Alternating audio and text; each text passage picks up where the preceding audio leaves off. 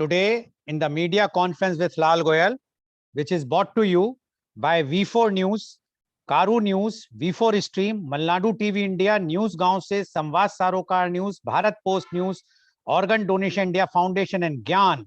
Our endeavor is to enlighten you with the current topic, and today's topic is not only current but very relevant. And the topic is Union Budget 2022 for education. But before I will go on the topic, I would like to inform you for the topic only that one of our viewer as well as participant in our earlier programs, Mr. Paramatmanand Pandey, has sent something which I am going to read, and he is the farmer and founder president of Utho Jago Foundation, Balia, UP. He is the feature editor of Now Bharat, and he has sent a small poem in Hindi. शिक्षा की अवधारणा कहीं है डूब, भारत की सरकार का budget बना है खूब, शहरों में डॉक्टर इंजीनियर बनते हैं शिक्षालय में, गांव में शिक्षा तो अदृश्य है सरकारी विद्यालय में.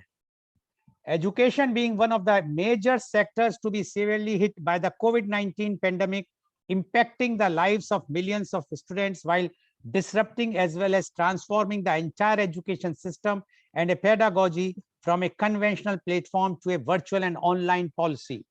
The Education Budget 2022 is one of the key areas that the stakeholders will be keenly focusing vis-a-vis the government policy and approach.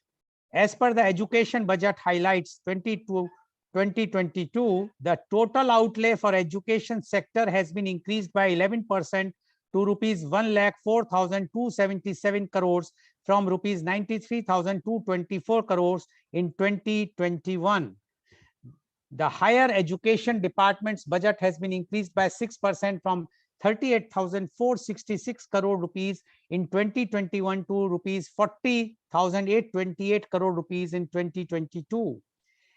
PM eVidya program has been expanded from 1 TV channel to 200 TV channels to enable all states to provide supplementary education in regional languages from the classes 1 to 12. The budgetary allocation in the year 2021 for the National Education Mission NEM was rupees 30,796, which is now estimated at rupees 39,553 for the year 2022 to 23 as part of the Education Budget 2022. High quality e-content in all spoken language will be developed for delivery via the internet, mobile phones, TV, radio, and through digital teachers. In addition, close to 750 virtual labs in science and mathematics and 75 skilling e-labs for the stimulated learning environment will be set up in 2022-23 to promote crucial critical thinking skills among students and learners. Few more highlights are setting up of digital university, developing India-specific knowledge, Drone Shakti for skilling and livelihood. Significant investments in improving school quality are critical for ensuring that our demographic dividends are actually realized. This has to run against the reality that barely 8% of rural students and 23% of urban students have access to the internet. Education does see an increase in allocation, but this is not being used to hire more teachers, despite around 11 lakh pending appointments of teachers, about which the budget makes no reference. The allocation will go towards expansion of 1 class, 1 TV channel from 12 to 200 in different languages. While this measure is commendable, students also need teachers. If the average student was capable of learning on their own, then there would not have been any issue. However, that is not the case. Still, the budget is falling short of the desired 6% of the GDP that has been recommended in every national education policy right from 1968 to latest National Education Policy 2020. Only 3.1% of GDP was allocated to education, which is almost half of what projected in NEP 2020. Now, to discuss this very, very important topic, because education is the only thing which makes or break a country. And that's why we have to discuss whether this budget is going to give a boost for the education, because our last 2 years, everybody knows, not only India, the globally, the education suffered the worst and hit very badly because of the COVID. So we have a very elite, knowledgeable, those who are authority in this field. Panelists are with us, and I would like to invite my first panelist guest, and he is Professor Dr. R. Gopal. Professor Dr. R. Gopal is the director and head of the department, D.Y. Patil University. He is the former dean, D.Y. Patil University School of Management. He is basically an engineer from IIT Kharagpur in mechanical engineering. He is also MBA, ICWA, PhD, and postdoctoral research degree DLIT. He is also the member board of management of the 𝐂𝐀𝐑𝐔 D.Y. Patil University. He has more than 27 years of corporate experience with Bush India Limited, Larsen and Toubro, Tata Economic Consultancy Services, and Siemens. Additionally, he has more than 30 years of teaching experience in various business schools in and around Mumbai in the areas of marketing, finance, and general management, etc. He was the visiting faculty in several business schools in USA. In the USA, he has conducted several programs on topics like how to do business in India. He has also published more than 200 research papers, both in Indian and foreign reputed journals. He has been awarded the Best Outstanding Research Paper at the Asia Pacific Marketing Conference held in Malaysia. He is also a reviewer to several international journals having a high impact factor. He is the guide for MPhil and PhD students of several universities in India. More than 100 research scholars have received their PhD and MPhil degree under his guidance. He is also the author of several books and is the chief editor to several national and international journals of repute. Dr. R. Gopal is the recipient of several national and international awards. Few of them, which I am going to read, are Rashtriya Vidya Saraswati Puruskar, Rashtriya Vikas Ratan Award, Glory of India Award, Rajiv Gandhi Education Excellence Award, Best Teacher Award, Best Management Teacher Award, Educationist Award, Star of Asia Award, and many, many, many more. Welcome, Professor Dr. R. Gopal on our show. Professor Dr. R. Gopal, you have heard the report which I read. The very good picture is that allocation has increased, and digital university and e-learning, etc., emphasized. But the other flip side is that the increase is not increased in the percentage of the GDP. It is almost the same of the last year, because the last year the GDP is less, so the percentage was 3.1, and this time also they have maintained only 3.1. And as you know very well that the NEP says 6%. Now we would like to know, keeping in everything in mind, we would like to know your views on the Union Budget 2022 for education. Professor Dr. R. Gopal, please. Please unmute. Morning, Mr. Lal, Dr. Sanjay Saha, and CA Rajat Mangla. Today, and all the viewers who are there on YouTube, Facebook, GR News, VTube, etc., etc. Today's topic on Union Budget 2022 for education is a very interesting topic, in my opinion, especially for the education sector. It has got a large implication on the students, edupreneurs, staff, and most importantly, the directors and the principals of the colleges. But before we talk on this, I want to spend about 10 seconds on the major budget itself. The budget in the first place is a growth-oriented budget. And I would definitely like to give a ranking of 7 to 8, 7 or 8 out of 10 for this budget. For the first time, there is a heavy increase in capital expenditure of 35.4%, rising to 7.5 lakh crores. And this has got a fantastic implication on the education sector. Similarly, MSME, hospitality, etc. As Mr. Lal said, there is an increase in the budget. It still stands at 3.1% of the GDP.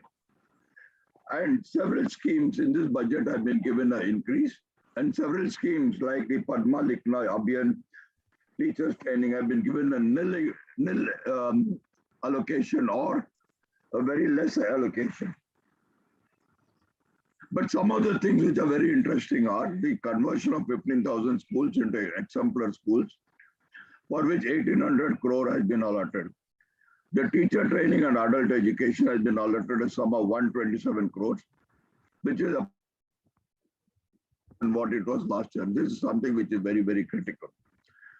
Adult education has been given no allocation at all. National scheme for incentive for girl education has been given no incentive at all. Now, if we forget the numbers and come to the main implications of the budget. Some of the things have been already told by Mr. Lal, so I will not repeat it. But agricultural universities have been told to revise the agricultural requirements and the syllabus.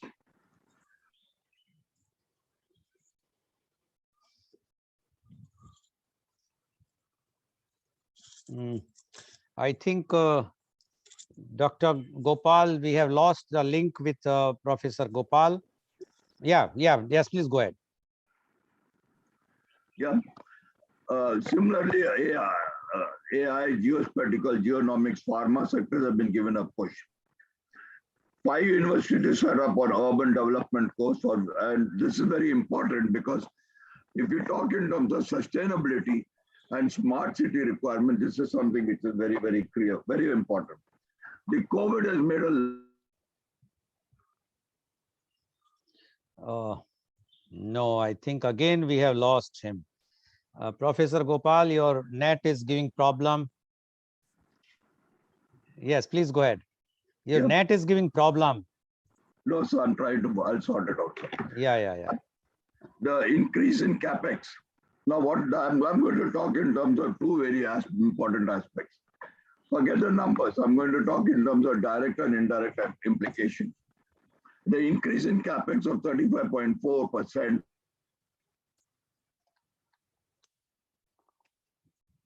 No, Professor Gopal, we can't hear you. I think any other device is connected. Please disconnect those devices, if any. No, sir, there is no other device which is connected. Let me go on to my network. I think that will be better instead of Wi-Fi. It's lots of problem going on right now. Just give me 1 more second, sir. Yes. Yeah. Please go ahead.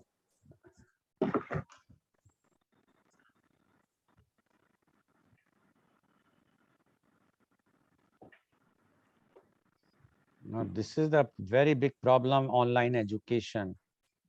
The network is a big issue. And if network is not good even in Navi Mumbai, then what is the condition of the rural India? Yes, please go ahead.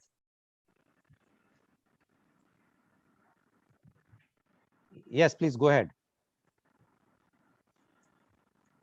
Yeah. So, I strongly feel that this is something which is very important, because with the growth in the capital expenditure, there would be a need for more and more students to come in, and therefore educational institutions would get a big boost, because currently many of the educational institutions are operating at 50% capacity utilization. A little bit of digression at this point of time, because a large number of economists have been saying that we should follow a demand pull model where we give cash in hand. But I think that's very wrong, because unlike the Western world, Indians tend to put the money in the fixed deposits in the bank or buy gold. And this in turn does not yield additional consumption pattern of the consumer goods or the industrial goods. Similarly, hospital sector, which has been given a 5 lakh, would again see a big growth, because pre-COVID pandemic, this has been growing very, very rapidly. The budget has provided for creation of a digital assets and digital rupee. Now, what does that mean? It means that new programs like the AI, blockchain, etc., has to be started, because these are the backbone of the digital transformation. It sets up for open platform for national digital ecosystem. It talks of IT sector, that means triple IT, IIT and NIMAN joining together. Now this means your IT sector students will be given a big boost. 5G technology is also going to give, because she has promised 5G technology, which means again universities have to develop themselves and have to move in that particular direction.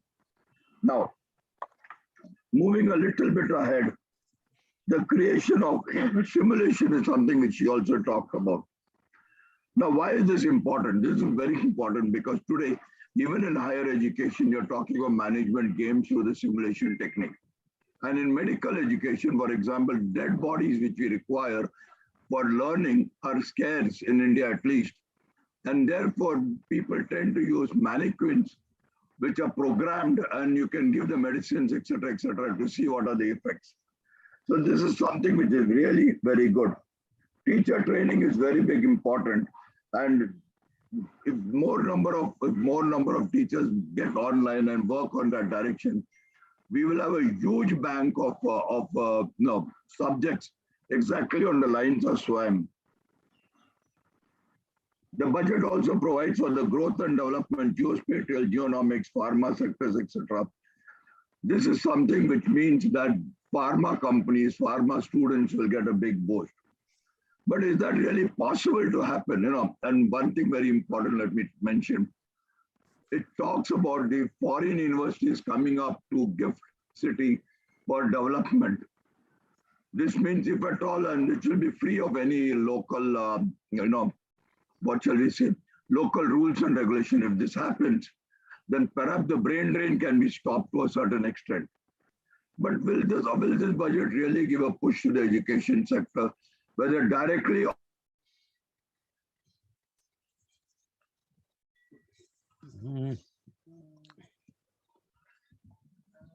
I think again your net has given Professor Gopal. Yeah, please go ahead. will stop the brain drain because of the lure of traveling? And most important, the budget will contribute to fulfillment of 60 lakh job creation. If one does not use this opportunity, then this will also fall by the wayside. I think it all depends upon us as principals and directors to take advantage of the opportunities that are provided by the budget. Again, Professor Gopal, your net is giving lots of problem. Professor Gopal, I think we have lost you again. It's okay. So Professor Gopal, your net is giving lots of problem. I don't know, sir, because it says it is connected and everything is in order. I don't know what's happening, sir. Okay, no issues. Okay. So, yes. So you have made your point, Professor Gopal? Yes, sir. Just want to bring 3 or 4 major issues which I feel 30 seconds more. Yeah, please. Question is, will the institute or schools utilize the opportunities available in this budget? Number 1. Number 2, the provision of foreign universities in GIFT, will it stop the brain drain? Because there is a big gap between implementation and planning which takes place. Number 2. And number 3, will it really contribute to the 60 lakh job creation? Because if it does, then it will be good, and for which we as educationists have to take the lead. There is a lot of opportunity which is available, and we should be able to take the lead on this. Thank you, sir. Thank you very much. Thank you very much, Professor Gopal, for giving your insight about this budget. And according to Professor Gopal, the budget is very good, dynamic, but he is also having reservations about the implementation. If the implementation is as per the budget projections, then it is good. Otherwise, if it is not implemented, then the budget whatsoever has been projected will go haywire. Thank you very much, Professor Gopal, for giving your views. Now I would like to invite my second panelist. He is Professor R.K. Arya. Professor R.K. Arya is the Professor of International Economics at Manav Rachna International Institute of Research and Studies, Faridabad. He is Triple P, postgraduate in Statistics, econometrics, finance, double PhD in finance and economics from Delhi University. He worked in applied economics and social welfare, Government of India. He contributed 100 of articles in leading economic newspapers. He is guiding PhD scholars on various applied topics. He possesses thorough knowledge of social welfare, development, public policies, education, and employment. He attended many conferences, workshops, and presented papers. Presently, students, he has good understanding of international economics. He is having practical experience in education planning in Planning Commission. Welcome, Professor R.K. Arya on our show. Professor R.K. Arya, you have heard what Professor Dr. R. Gopal has spoken. Now, we would like to know your views on the budget, Union Budget 2020 for education. Professor R.K. Arya, please. Please unmute.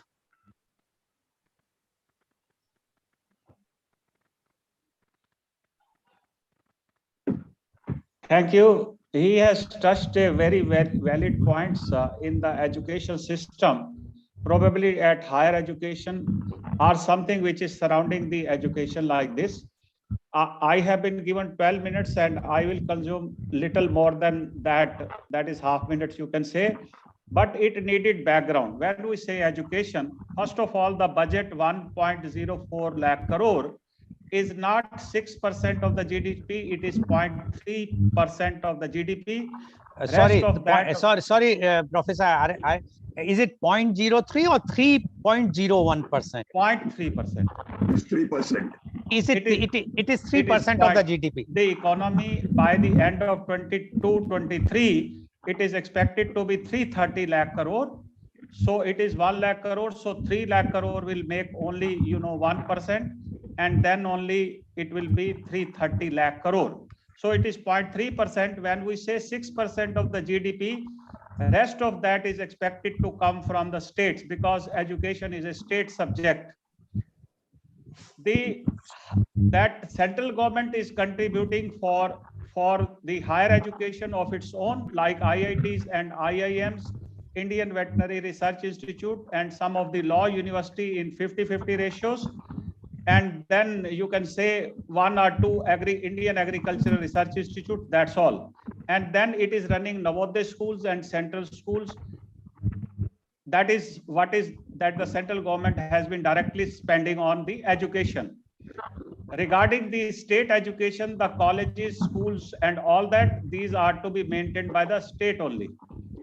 And the states are getting the horizontal devolution from the Finance Commission, that if you are doing good development work, then you will be given, that is what you deserve for it.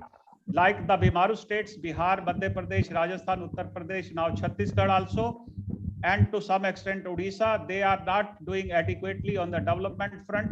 So they are lacking the grant also, because the money has to be spent on what is your appetite for that. So you are not doing that, so you are not getting it also. At any point in time since 1968 Kothari Commission report that 6% of the GDP has to be spent on education, it could go up to only 3.71%, the maximum. Otherwise, it hovers around 3.4 to 3.56%. That's all. 6% has not been done, and roughly it is already considered as by the states. It is one of the social components, social expenditure, and they are expected to spend 25%. In case it is to be made as 6%, it is only 10%. That the 10% of the social expenditure is spent on the education.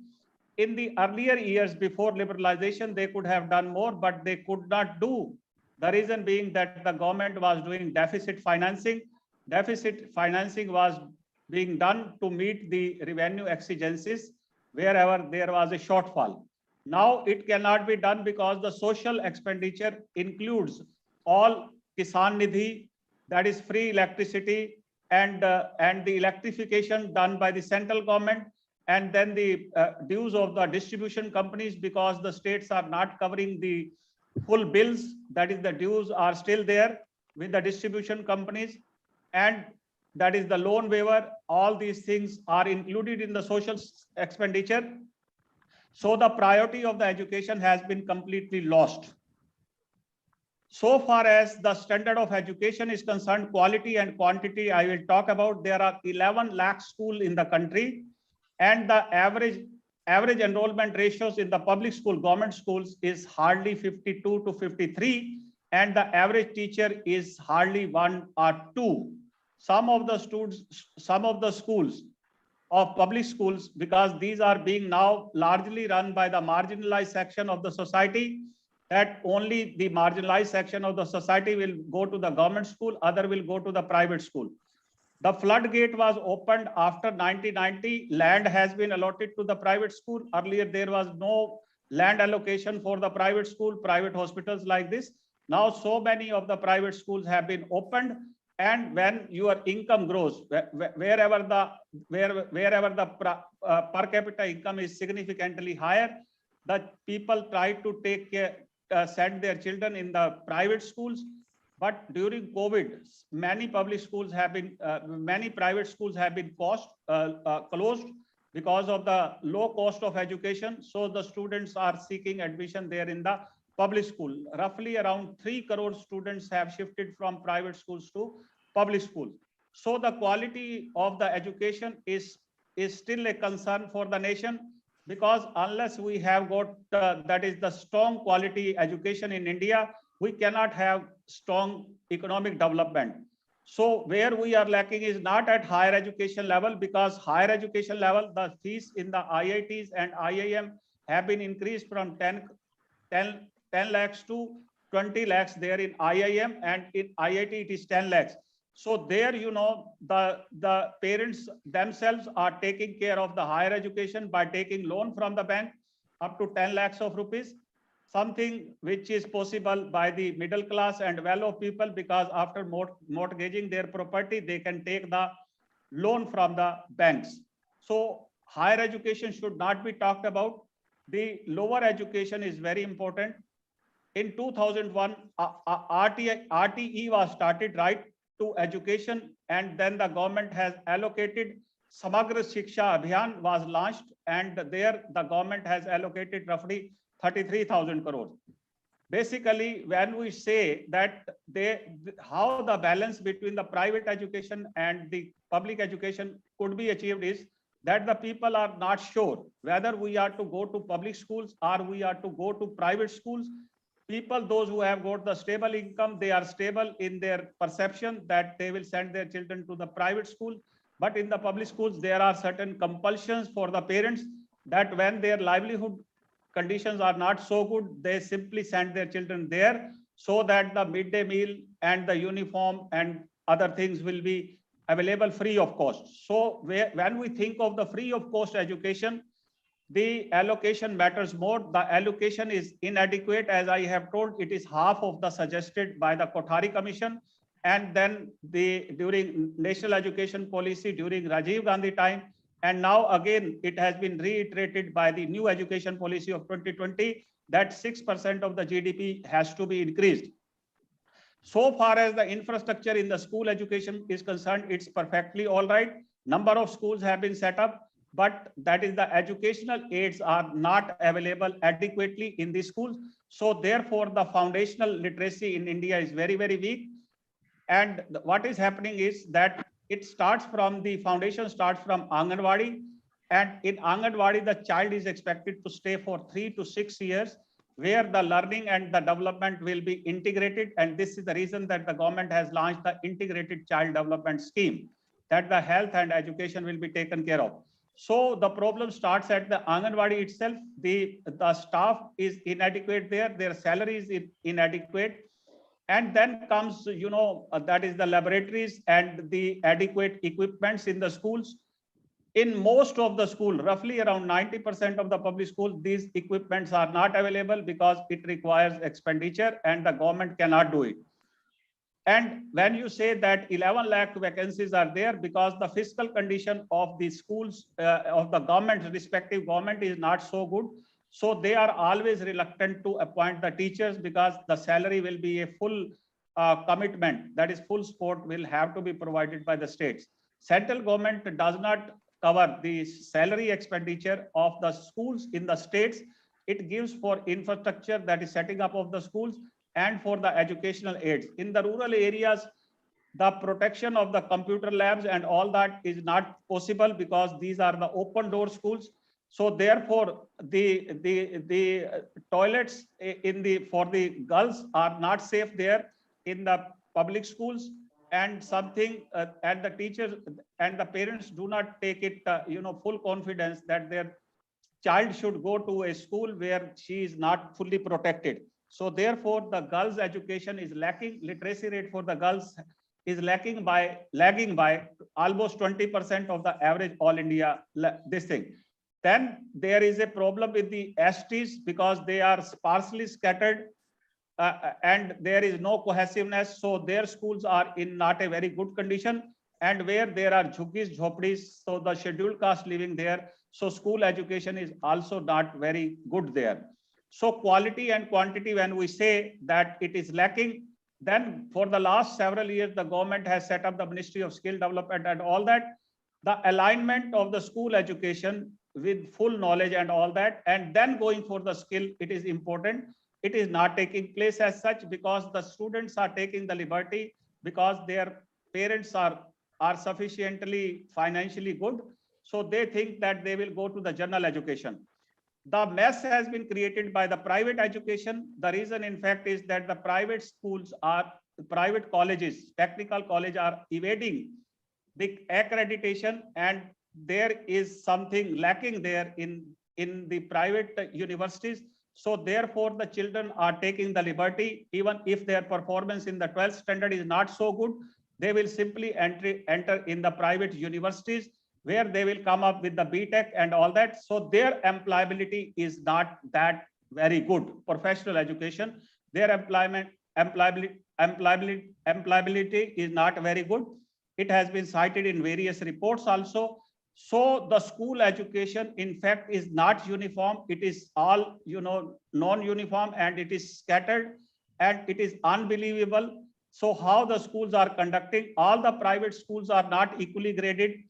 And then the quality of teaching education, that is the B.Ed and M.Ed, when we see, they consider it is a free kind of thing, that we need not to attend the college and we will get the B.Ed degree, and then they become the teachers. So teaching quality is also not adequate. Then there is no rapport between the student and the teacher also, because the enrollment ratio is low. In the private schools, that is National Council for Teacher Education, it is compulsory that the nursery trained teachers are to be there, and then the JBT, junior basic trained, are to be there up to 5th standard, and up to the 10th there should be B.Ed, Bachelor of Education. It is not being complied by the private school. They are keeping it off roll. The teachers come there. The M.Tech and B.Tech pass out are teaching in the school physics, chemistry, and mathematics, and this is how IIT has been taking up the student. The standard of IIT has gone down drastically when it is compared with 75, 80s, or 85 even. Since 1995, when the JEE has been started, the standard of education of the IIT has gone down considerably. This is the reason that the good students are going abroad to study the education. Regarding this budget, that the digital input will be there by the government of India, it is far from realistic. It will never happen because e-Vidya, you need to TV. That is, the program will be run through the TV. The hamlets do not have the TV. They do not have the internet also. They do not have the smartphone also. This is the reason that the digital divide is roughly around 60%. 40% of the students could take education, and 60% this two years COVID have gone waste there. In that case, so learning has been stopped. So learning outcome is necessary to be updated, and it is possible when the government is perfectly focused on the teachers and student rapport, and the government should see whether it is endeavoring to provide the quality education in the public schools. If it is not, then the students will be withdrawn from there and they will be sent to the private school. And in the private school, the affiliation with the CBSE is the most easy thing. That as if you can buy the carrot from the market, affiliation with the CBSE, because there is a racket there. You pay the money to the CBSE officials because it is an autonomous body. There is no control of the government over there. So education system is in a mess. Regarding the agriculture universities, it is run by the states, and the states have got the full responsibility there. In 1966 Green Revolution, these were the agriculture university in the Punjab Agriculture University, Ludhiana, and Haryana Agriculture University that is there, and GB Pant Agriculture University in Uttar Pradesh. They contributed towards Green Revolution and modified, that is genetically modified seed, and all that were ventured by them, and they have come up a wonderful result. Green Revolution started, that the production of cereal has gone up drastically. But so far as the agriculture universities, they are simply the salary takers, that the professors go there, they teach the courses for agronomy and agriculture and come back, and there is no aptitude of R&D. It will never happen. Even Indian Agriculture Research Institute is also lacking. It is controlled by the central government. So with all this, the quality and quantity both matter. The budget is insignificant in the sense that if the 6% of the GDP will be there, definitely it will. Right now it is 3.5%. So 2.5%, if you will add, definitely 6% will make 18 lakh crores. That is out of 300 lakh crores of your GDP. If 6% is added there, so 18 lakh crore will be sufficient. At present, the education is treated as a residual expenditure. The government does all the expenditure, even in the states also. And when the residual is left, they allocate it. So therefore, they are lacking in providing the, the vacancies are still not filled. 11 lakh vacancies are there. And in 60,000 vacancies for teachers are there in the UP. So this is the reason that the UP is still a Bimaru state. And in the multi-dimensional poverty, UP is also lacking too much. The poverty ratio is very high there in Uttar Pradesh, Bihar, and Madhya Pradesh and Rajasthan. The reason is same, because you are not taking care of the children when they are at the growing stage from 3 to 6 years. If the child at the infancy stage dies, so this is called infant mortality rate, and it was 124 per 1,000 in 1981, but it has fallen down to 24. The reason is the infancy is a difficult process to survive, because the nutrition level of the mother and the nutrition level of the child is also not adequate. As such, when the child reaches up to 6-3, then he will have to stay in the Anganwadi. Then you will have to contribute significantly there in ICDS, Integrated Child Development Schemes. The well of people in the cities are sending their children in the crèches or in the play school. So this is how the education system in India is in a complete mess. There is no satisfaction at all. I have been tracking this education for the last 36 years. When I was working with Dr. Manmohan Singh in Planning Commission in 1985, and then Dr. Montek Singh Ahluwalia and all that educational planning, I have seen very closely. Therefore, either there should be a discipline among the government. The politicians are responsible for messing up the education in the country, and it can never compare with China, even so far as the training and skill is concerned, and it can never compare with Germany, which has the excellent training system. I have exhausted, I think 12 minutes. I needed always more time. I will accuse you that if you don't give me, I am fastening my nerves also, that I am to complete my topic. Okay, thank you very much, Professor Arya, for giving your talk. And according to Professor Arya, the education system is in mess from the very beginning. And he says the allocation of 6%, which was supposed to be there in for the GDP, could not reach more than 3.5%. And again, I will reiterate my word that this year it was 3.1%. It is not 3.5%. It is 3.1%, definitely far less, which is required for 6%. And if unless we will not reach to the 6%, the desired thing will not come, according to Professor Arya. And he says either the politicians or the political leadership should amend their way of thinking about the education. Otherwise, education is not going to get any boost even with this budget. And he has also highlighted how this e-Vidya and other things will not help because of the lack of infrastructure or lack of the internet connection. Digital divide is so much in India. Thank you very much, Professor Arya, for giving your views. Now, I would like to invite my next panelist guest, and he is Dr. Sanjay Saha. Dr. Sanjay Saha is the visiting faculty of Ramakrishna Mission Vivekananda Educational and Research Institute, Ranchi. Dr. Sanjay Saha graduated from Ramakrishna Mission Residential College MSc from College University and PhD from Indian Institute of Technology, Kanpur. He served as faculty and principal in Degree College, Management and Technical Institute in India and in international arena for 28 years. He worked in SOCHM.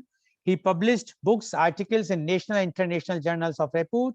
He is at present academic consultant and trustee member of Bright, Kolkata, and visiting faculty of Ramakrishna Mission Vivekananda Educational and Research Institute, Ranchi, deemed to be university. Welcome, Dr. Sanjay Saha on our show. Dr. Sanjay Saha, you have heard what Professor Dr. R. Gopal as well as Professor Arya has mentioned. And Professor Gopal is saying that the budget is good with few caveat he has also mentioned. But overall, he's rating the budget 7 to 8%, and in education also, he's quite hopeful that the budget can do wonders. So only when the principals and the directors of the college will take full interest. While according to Professor Arya, this budget is not that good because the GDP the ratio is very less. The percentage which is been allotted for the education sector, and the digital divide is so high that even the digital university will not serve the purpose until unless we have that, we will complete that, there will be no digital divide in India. Now, we would like to know your views on Union Budget 2022 for education. Dr. Sanjay Saha, please. Please unmute. Dr. Saha, please unmute. Good morning, Professor Goel. And I am really entitled and got some more knowledge from my previous speakers. I don't want to repeat most of the things mentioned by my previous speakers. I want to provoke certain thoughts before you people think about the situation here. Dr. Saha, your network is also very low. Are you using any other device connected to the same network? It is very, very low. Not like that. It is clear. No, here it is very low. I can see, because if you are using the network, Wi-Fi network, are you using a Wi-Fi or your own network? Hello, Dr. Saha, can you hear me? Network. Yes, it is clear to me, sir. It is clear to me. Okay, so because your network is very, very low. Anyway, try to, yes. Okay, go ahead if it is possible. Can you change the network? Is possible to change the network? Dr. Saha? Yeah, I'm changing. Because we want to hear your views, very, very clear views. And if the network will be low, then there is some disturbance is also coming from your side.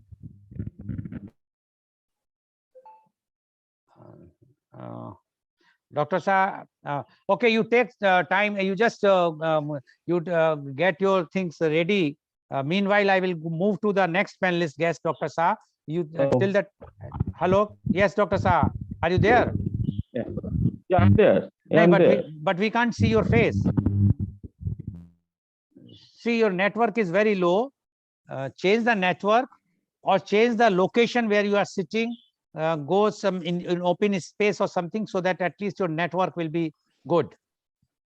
Okay, Dr. Saha, I am just moving to the next panelist, and again I will take you. Once your network is okay, I will take you back. Okay, Dr. Saha? Okay. Yeah, please. I will move to the next. One moment, please. I will just put Dr. Saha. Yeah.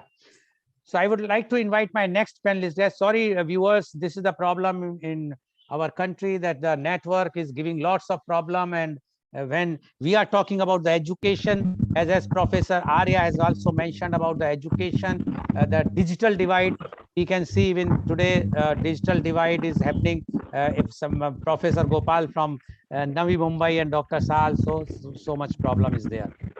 Yes, Dr. Saha, I can see you now. Okay, thank you, sir. Now, I would like to highlight certain points here. Number one, a new concept has come: digitalization, online education, and a new normal situation has emerged after this third wave. Rather, still it is going on. And we are also talking about a social virtualization, because now students are facing a crucial problem regarding their mental stability because of the uncertainty in the future. Now, we have gone through industrial revolution, we have gone through agricultural revolution. I think the time has come for educational revolution, because all reminded us the Gurukul system which used to have, and it seems to have, because of this online education from our home, that Gurukul system is again coming back to us in our life. Now, there is a change in the leadership concept also, especially I'm talking about the leadership concept of the teachers, because now teachers are going to miss their student in the classroom, but they have to teach the student and they have to keep their morale high, and how they will do. So another reorientation issue is required. We have also facing about GDP allocation, as people have already mentioned. We are having huge number of school dropouts. Now, previously we have a scheme like the midday meal. When for this midday meal, students used to come. Now, what happened to the midday meal? Then again, we are not having any conclusion from the budget itself about the fees, student fees I am talking about, as well as the EMI on education loan. We are not also having any clue about the research foundation, the approval from the government. Fellowship and scholarship amount, that is also kept aside. Now, when we are talking about the value system, we are talking about India is very rich in terms of ethics, value, all these things. But if we are going to have online education by staying at home, do you consider that value, ethics, and all those social aspects will be taught to our students the way it was there? Then can the digital teacher replace the classroom teacher? It is a big question. If not, then how the classroom teacher will be retained and how they will be reoriented? So these are the questions which are keeping in our mind, and we don't know how to resolve it. We are talking about digitalization of the system, but what about the digital infrastructure to be available for the teachers and students there itself? We are talking about in the budget, 5 centers of excellence will be created for your urban planning. And also ICT has been asked to lead to take care of the other institute in this line also. But nobody is talking about that itself, about the rural planning. That means India will be concentrating on urban planning as far as education is concerned, nothing to be on rural itself. So this rural aspect has been neglected as far as education budget is concerned. We are also talking about foreign university. They have already talked about that one foreign university is coming in Gujarat, and they will be teaching financial management, fintech, mathematics, etc. and nothing more. So that means we can expect that maybe in the near future, more foreign university will come. But why not they are giving a strict instruction in the budget itself? They could have done it, that all institute, whether it is technology, management, all those institutes should sign MOU with the foreign university, yes, who are leaders in this area, so that our students can also get a flavor as far as the foreign education, because our students have to compete in the global market, because e-learning is not going to be confined only in this country itself. Now, on the other hand, the 𝐂𝐀𝐑𝐔 e-portal, which is given an emphasis for increasing the citizen skill and upskill, but how it will be done, that is not clear to all of us. Now, when we are talking about the digital teacher, who will create this digital teacher? How these things will be formed? Where is the allocation? And accordingly, what will happen to the parallel system, which was running since last 3-4 decades in India? Nobody is talking about these issues. They're not addressing these issues. What will be the situation of our infrastructure, which are available, schools, colleges, university? So whether they will be kept ideal, or whether they will be given another shape to take care of the new challenges. So these things are not addressed in the budget itself. When we are talking about the PM e-Vidya scheme, they are talking about digitalization online, on air, and provision of digital devices, and also multi-mode system. Now, question is coming, how it will be available? So these things are giving a big question before us, because budget means it is 1 year. When it will be implemented, we don't know. And we should understand that education has the highest linkages with all sectors. If the education is not giving the proper thrust as it is desired as on date itself, then all other industries, all other sectors will face the problem. Because then we cannot think about the way Prime Minister is saying Atmanirbhar. So that will not, there will be a big question before us in the near future. So what it seems to me, that education requires much more revolutionary thrust from the government. If they have not mentioned in the budget, definitely they should mention. And since it is coming under state and also center, so state should also take the onus to revitalize the issue, to bring a revolution in the education sector, because ultimately state has to face the problem. It is not the center will face the problem immediately as far as rural education is concerned, because if the schools are not opening, if certain other things cannot be think about for this rural student there itself, then there will be social unrest after 4 or 5 years. So all it seems to me, rather than just some critical figures in the allocation itself, we should know how the budget is going to create a mode, a way for revitalizing the education sector, because ultimately students are the backbone of this country. If they want that India should go ahead the way it was going, they should not only just allocate it and just think about modern city planning and digitalization. They should also know how the power will be available for each household in the rural area, how the food will be available for each student in the rural area, because midday meal is not going to take place. So these are certain questions which it seems to me it should provoke to all of us to think about, that education does not mean only digitalization and just creation of some e-books, some in some local languages. It requires something more, because digital education cannot put that amount of value ethics within our students the way it was going on since the education system started in Gurukul system. So it seems to me, rather than thinking about only this type of globalization, e-digitalization, and all this e-lab skill development, we should think how we can properly take care of our rural students who are not having proper food, who are not having electricity, who are not having drinking water, and your toiletries. So if these things are not happening properly, do you think just by saying that we can have 200 channels and one class or one TV channel, this type of concept will boost the education sector? Is not possible. They should give a second thought before implementing or before actually implementing and allocating the money. They could reshape and they can reallocate the money for other development, because if the base is not going to be strong for the rural area, then it will not survive. It will not survive. Then we have to face the problem. With this, I'm concluding my session. Okay, thank you very much, Dr. Shah. According to Dr. Shah, in this budget, although the budget is emphasizing on e-university, yeah, etc., but he says that not sufficient because the one moment, Dr. Shah, can you mute yourself, please? Please mute, Dr. Shah. Yes, thank you.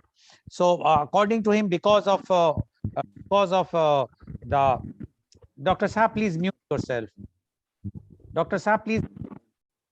Yeah, thank you. So according to him, because the rural area, which earlier they were being given the midday meals, so the main attraction for the children, students were to about the midday meal. But because of the digitization, digital university or e-Vidya, this midday meal scheme will be not there. So when the food will not be there at home, how the student, power supply is a big issue, internet connectivity is a big issue, the food and the finance. So according to Dr. Shah, this budget is not going to be implementable. Whatsoever figures they are giving, they are just the figures, because it cannot work in India. And according to him, e-education or the digital education cannot replace the education which we are having earlier, because of lots of reasons. And what is going to happen to the teachers? Who is going to train these teachers to train the to start this e-Vidya? There is no such type of provisions in the budget. So according to him, he's according to Dr. Shah, this budget is not giving any boost for the education sector at all. Thank you very much, Dr. Sanjay Shah, for giving your views. Now I would like to invite my last but not the least panelist with us, and he is CA Rajat Mangla. CA Rajat Mangla is a partner in Shyam Sundar Mangla and Company LLP, chartered accountants, having its head office at Faridabad and branches in Delhi and Gurgaon. In less than 8 years career, CA Rajat has become recognized for his contribution and expertise as a knowledgeable professional advisor and consultant in the field of financial consultancy and tax advisory. He has been involved in the statutory audit and internal audit of major corporate clients in industries such as textiles, engineering, publishing, paper, travel, software, power, healthcare, media, and banks. He also has experience in corporate laws, GST, due diligence, valuation, and Ind AS and IFRS advisory matters. He has been serving the entrepreneurs in varied areas by educating them through trainings and seminars. He has also represented trade and industry at various levels of government to highlight issues pertaining to GST. He has pursued his professional goals in an active manner while simultaneously working on social platform as well.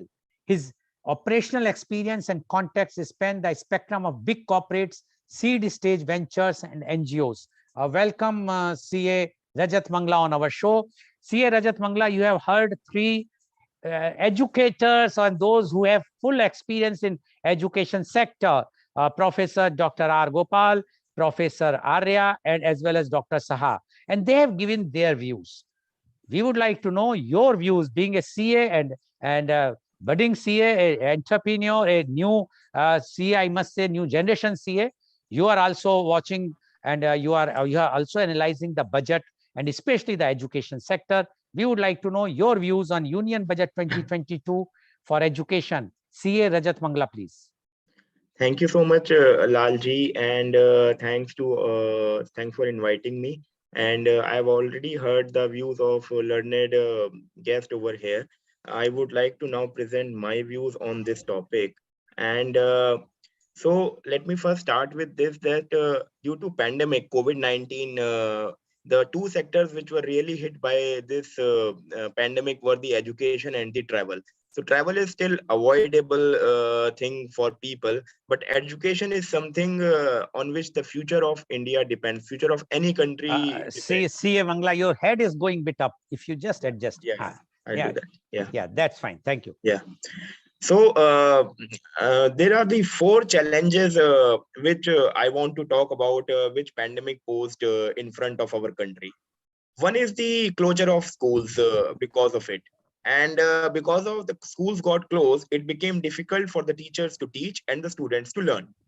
So government had to decide what is to be done. So focus on digitalization was very important. And rightly said by all of the speakers here that as this budget has allocated almost 1 lakh crore for the education sector, the increase was actually not possible much because the expenditure which government has estimated is 40 lakh crore totally, and their income was 22 lakh crore. So government was already under deficit of 18 lakh crore.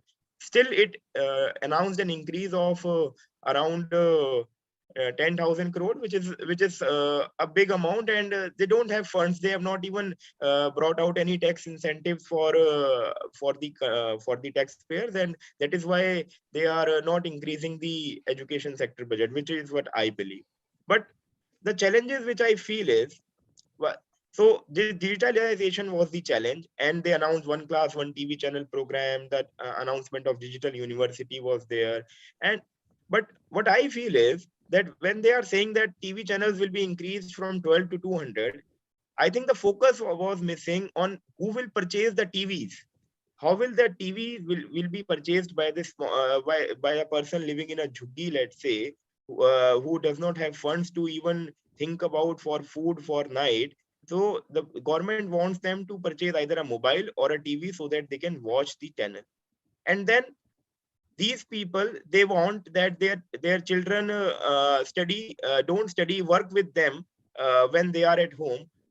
How will these parents will be forced to get their children to watch the TVs, and then they will go on to work in their fields, etc. So that is the big challenge. Then electricity bill, who will pay that? And power supply is also not very frequent.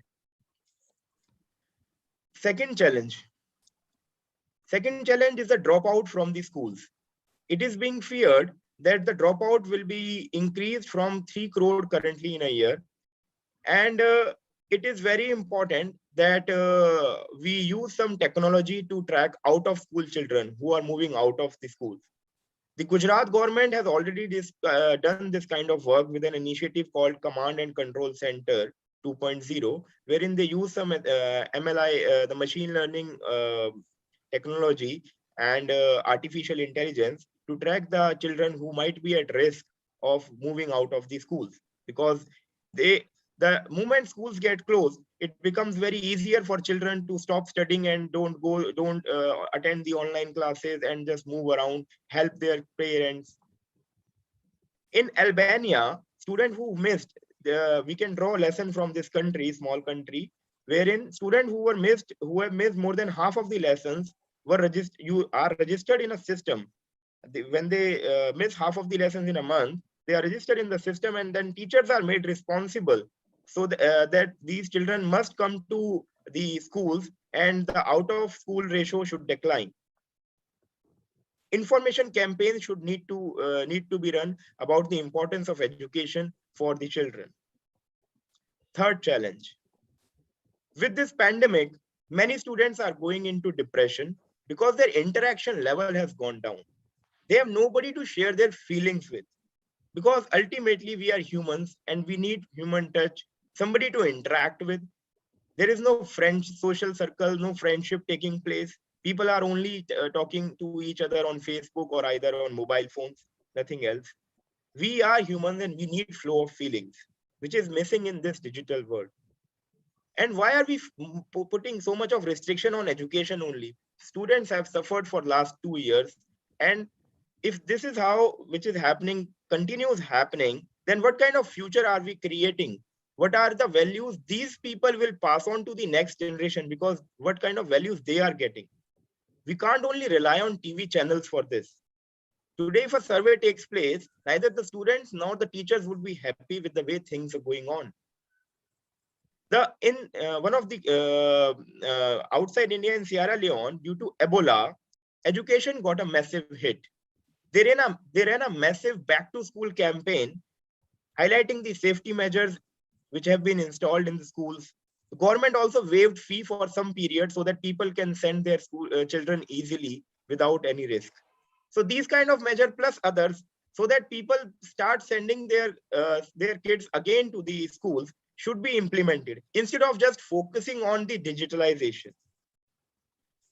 Now, if I talk about the industry, today the problem is not unemployment. Problem is unemployability.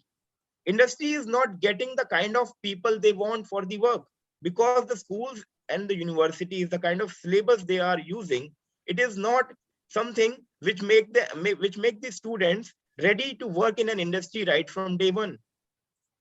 So we need to focus on experiential learning more, especially in the government schools and those schools wherein the marginalized sector goes in, marginalized sections of the society goes. The focus is not on that. Infrastructure is very poor. Probably we can think about public-private partnership to take advantage of the infrastructure, financing needs, and also building the teacher capacity. We have also lost the we have also seen the fitness level going down of the students because of lack of physical activity, which is there when a person goes to school, plays around in the playground, develop some very good habits. All these things are going away from the students, and now is the right time, the age where they are in. If they are able to develop good habits at this time, they can carry this with them over long years. So I think these are some points which I wanted to focus upon, and which got missed in the budget, I believe. And only focus was digitization, which is definitely important. But I think focus should be more also on how to bring the students back to school and focus on infrastructure and some other things which I highlighted. Thank you so much, Goel. Thank you very much, CA Rajat Mangla. And CA Rajat Mangla has raised a very, very important point, and he says the focus in the budget is on the or the digital education. But the problem is coming, who is going to buy that television or the mobile phone or the laptop in a jhuggi jhopdi or a marginalized section of the society. And he also raised that the schools, the problem is how to bring the students back to the school. 3 crores are already dropping out every year. And he has given some examples of the other countries, which is very important. I can add here one thing that I have seen in the US and UK. They have not stopped their education for a day. They have continued the education. When the pandemic was on peak, it was e-education. And in USA, they have provided the tabs or the iPads, smaller version, to the students. Even from the primary school, they have provided, and they have asked the students to go through it and do the things. And as soon as they found that they have to open up, first they open up the schools, where they have given a very strict instructions to the school to check all the RT-PCR of all the teachers and the students, and all the students who are eligible for vaccine. The vaccination is made compulsory, that you have to take the vaccine. Otherwise, but in India, we have seen that the schools were giving least priority. They are now opening in the phases where after the lots of reservation, while all other sectors were open. So that is one of the reasons that India and the students, and here what C.A. Mangla has mentioned about the mental health. This is also very, very important point, because the peer interaction is very important for a child to be mentally healthy. But if they are not going to school, then definitely it will impact. Thank you very much, C.A. Mangla, for giving your views. Now, I would like to ask the question to Professor Dr. R. Gopal. Professor Dr. R. Gopal, I know you are a person who analyzed the budget in details. And but today, if we will see, we have to see when we are talking about education, we were very much have to consider the National Education Policy or New Educational Policy 2020. When it was announced on 30th of July 2020, it was now implemented on 29th or 30th of July 2021 by our Honorable Prime Minister, Mr. Narendra Modi. But we have seen 2 budgets after this NEP has come in force. And one thing is very clear: this NEP, when it came in force, pandemic was already on in 2020.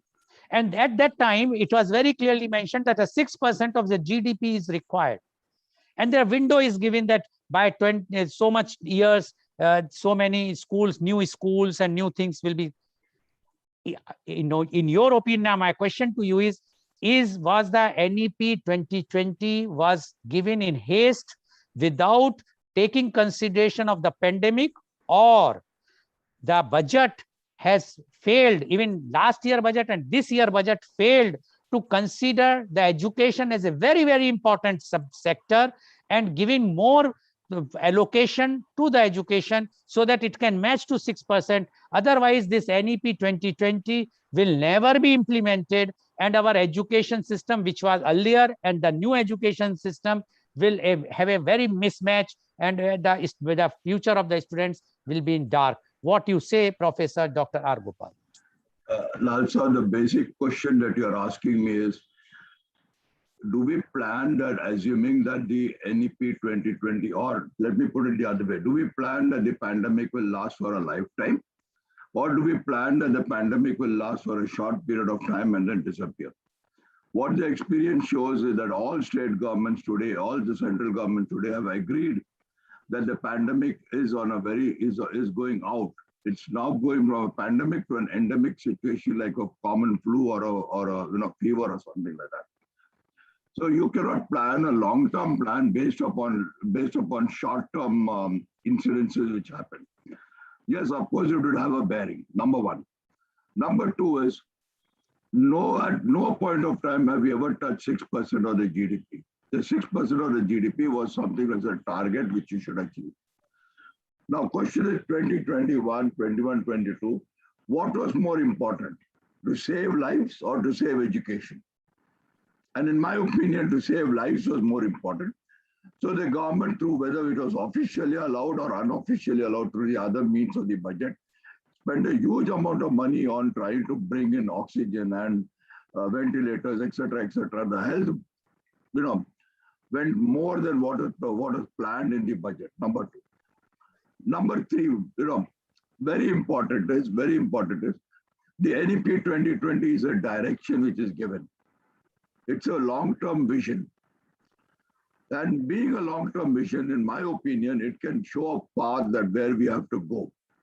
And if you look at the current budget that is there, while only 3% has been given, but there is a lot of emphasis which is linked to what the NEP 2020 says.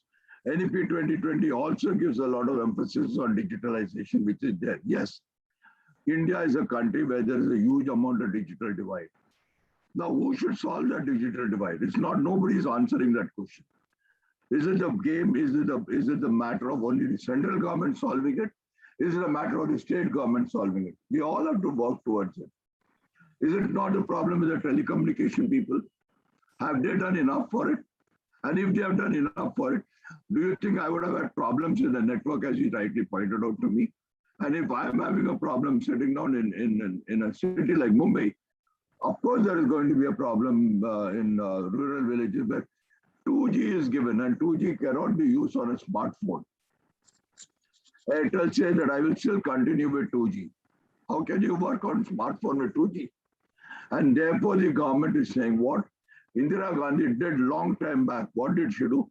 She created a lamp post in a central place in the village. And at that place, she put a TV so that all the people could gather out there and view things. And that's what the government is saying. Every state government will be now giving you, are they giving it already? Many, like for Tamil Nadu and other state government, you get one TV free, you get one fridge free, you get one, this is it's a land of freebies. So in that land of freebies, you will also get a smartphone and TVs and all these things where you can watch it. So I don't see anything wrong in the budget. I never say I don't see. It's a very, very positive budget which is taken. Okay, Professor Gopal. Thank you very much. You are not seeing it's negative. But one thing I would like to add, you said that where is money with the priorities for the health sector. We have sufficient money we can spend on Central Vista for having a new parliament and the new house. But no, just listen to me. Yeah, please. Yeah. No, sir. Central Vista is something which is important. Okay. It is there. It is required. Why? Because the current Lok Sabha and Rajya Sabha are all becoming very cramped. You need to have something. Professor Gopal, we are worried. A very, very small amount. Professor Gopal, we are worried for the comforts of those leaders. We are not worried about even the basic needs of our children. I think this is this is a hypocrisy. We have to think of the poor child who cannot even sit in the and I can tell you in many media conference it was expressed by the panelists that many schools are using as a cow shed in the night, and that during the day they have been used as a school. So anyway, thank you very much, Professor Gopal, for giving your views. Now my question goes to Professor Arya. Professor Arya, when we are talking about the digital university, when we are talking about the e-Vidya, it's a very good thing, no doubt about it. But why not, as Professor Gopal has rightly pointed out, when the government is giving the state governments, irrespective, I say all, wherever the elections are there, free laptops, free mobiles, whatnot. Why not make it compulsory that all the state government, all the central government should provide free devices or give the subsidy for the package? Now today, the same package I am using, same package a marginalized student is using, everyone is using the same package, has to pay the money. But this budget is not talking about this. What you say about this, Professor Arya? Please unmute. Please unmute. This idea is not bad at all. First thing is that when we have got roughly around 42 correspondence university distance education in Maharashtra alone, there are 6 to 7 that is university which are providing distance education.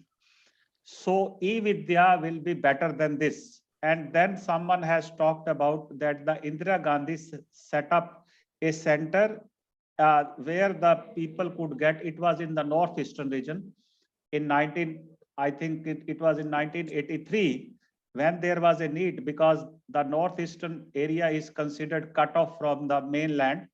So therefore the TV education was started there. So correspondence education, in fact, it is not a visual one. It is a theoretical one, because you pick up the modules from the correspondence education centers and then you read for yourself. There is no guidance at all. Now the online programs have been started by the several universities. These are permitted by NAC and approved by the UGC. It is very good idea that the students, those who can earn when that is earn and learn both, they are into the job because of their compulsion. So learning is also important, that you should not give up your learning at any time. Learning is a lifelong process.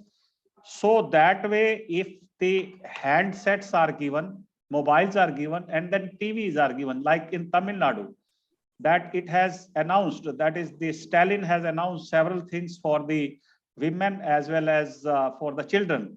And Akhilesh Yadav has earlier distributed tablets and all that. It is not a bad idea. But the question is, somewhere you will have to compromise with the freebies also. You give freebies like free electricity in Delhi, free water, and free that is traveling by the women. And then at the same time, you give the for education. Then the Kejriwal can say, yes, I have tightened all the schools. Their quality has gone up drastically. Yes, it has gone up. But then there is a difference between the two teachers, right? When this your Congress government was there, Sheila Dikshit, for 15 years, and before that it was a Delhi administration, and not I was intimately related to this education there in Delhi. You will see the education in 1981-82. There were 3 schools in a row, and one was co-education, one was for girls, and one for boys. That some of these students were absconder and they jumped over the wall and ran away. Then the principal Dhyan Singh also ran away after them. After 1 kilometer, he caught hold of these teachers. So education was excellent those days. But after this liberalization, the sincerity on education has been lost. That is there is no sensitivity as such. I give you an example. One instance. Say, for example, in Madhya Pradesh, lot of land has been given from Raisen to Bhopal, and colleges have been set up. Pharmaceutical colleges and other colleges are set up. But the student ratio is very, very poor there. So this land, in fact, has been compulsorily given to the politicians. So that after remaining MLA for 5 years, they can work on that, they can earn from that. But the students have got the different kind of issues, whether they have got the income to study in these colleges, whether the stability is there, whether the instruction is okay. All these are the gaps. And which the politicians will have to attend. My point is only this. Okay. Thank you, Professor Arya. So you also agree that some incentives to be given, but we have to see how the freebies, because only the freebies will not work in the economy. Now my question goes to Dr. Sanjay Saha. Dr. Sanjay Saha, this budget we are talking about, as Professor Gopal has mentioned, and it is in NEP also, that India has to become a global education hub. Do you think this budget will boost to make India as a global education hub or not? Yeah, it's a good question. So before I'm going to answer your question directly, I am just raising 2 issues before the people here. But time is less. Yes, please. Yeah, please go ahead. One question is, it seems to me that COVID is still with education sector only. So we require a vaccine for education sector. But there is no data, as we can see, that how many kids are affected by COVID, how many kids died because of COVID in comparison to the other elderly people, what is the percentage? So these data are missing, but still this education is under COVID, this paradigm. So there is a need, the vaccine should come. I was expecting that this budget will give. Secondly, as we are talking about a global center of excellence, yes, we have the potentiality. We have the potentiality. Only we require a little bit orientation in our lookout. It is not that only just by giving money and in terms of figure, some money here and there, that is not possible. If we want to be a global leader in terms of education, we require a holistic approach covering all sectors from remote rural areas to urban areas. And if proper implementation of the schemes can be done by the concerned authority, yes, again, we will lead the world. It's in the world itself. It is not that only our minister will be the leader. Our rural students can also become the leader in the coming year, but provided they should get the proper facility from the budget. Okay, thank you very much, Dr. Saha. Now my question goes to C.A. Rajat. C.A. Rajat Mangla, we all are talking about the finances, that money is not there. That's why we have to suffer, and the education has to suffer.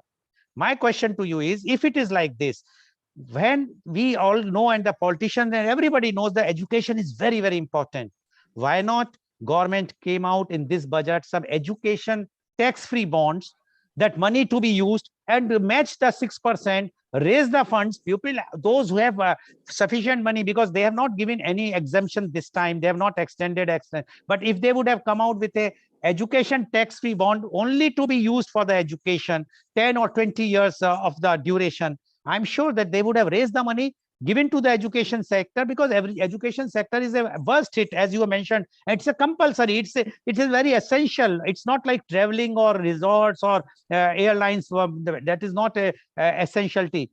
Do you think this would have been a good idea in the budget which finance minister missed? Sir, you are absolutely right, and this is a very innovative idea which you have put, that tax-free bonds would have been saving mechanism for the people, the investors, and as well as provided a boon for the education sector. But what I feel is that there should be transparency in disclosing how the funds are being utilized also by the government, because in income tax there is a SAS, secondary and higher education SAS, of around 3%, which is put on the income of every person. Every taxpayer is paying that. But how exactly is government disclosing that this fund is being utilized in this manner, so that we as taxpayer should also be aware that although we are paying as the government is demanding, but how is it being utilized? So although this tax-free bonds would have been a good mechanism for bringing in funds, the question of transparency and disclosing the details would have always remained. So I think the question, because this already initiative of secondary higher education SAS is there, the transparency should be brought in. Okay, thank you very much, Mr. C.A. Rajat Mangla. So viewers, we have seen today, all the expert panelists have the view that the intention of the making budget for education is there for making digital university, e-Vidya, etc. But is it implementable? Is it going to implementable? As Professor Gopal has also have reservation, although he termed the budget very good, but his question is whether it will be implementable in India in the 1 year's time.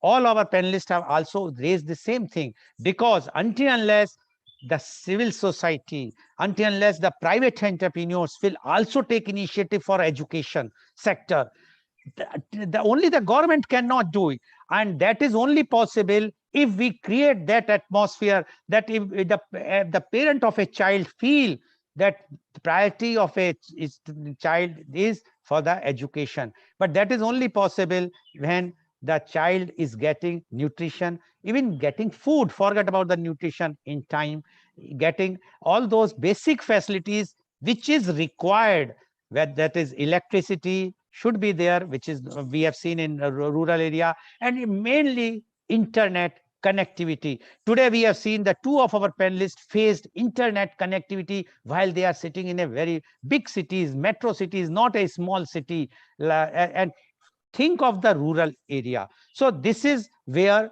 this e-Vidya, e-education or digital university will not serve the purpose. Already all our colleges, universities are imparting education online, and if we will only depend on the e-Vidya or online education, what will be the condition of the mental health of a child, we have to consider. And but keeping the reservation of the pandemic, keeping the limitation of the funds, whatsoever funds allocation has increased. Let's hope, as CA Mangla has rightly said, that transparency is required.